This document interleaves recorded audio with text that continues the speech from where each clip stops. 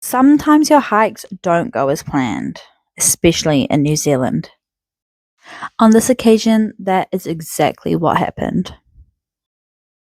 It started like this. Sun was shining, just as the weather forecast had predicted. Mahi and I were heading to the top of this peak right here.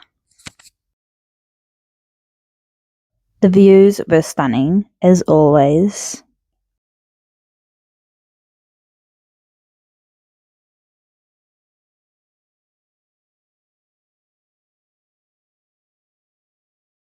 And just as we were about to make it to the top, we looked and saw this huge block of bad weather coming in.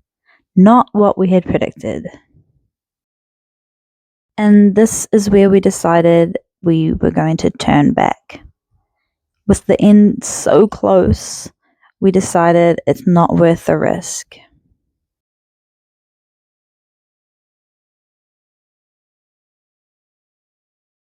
And this is how far we made it. This is a view from the bottom, and we got to about that point there. So close, but not quite.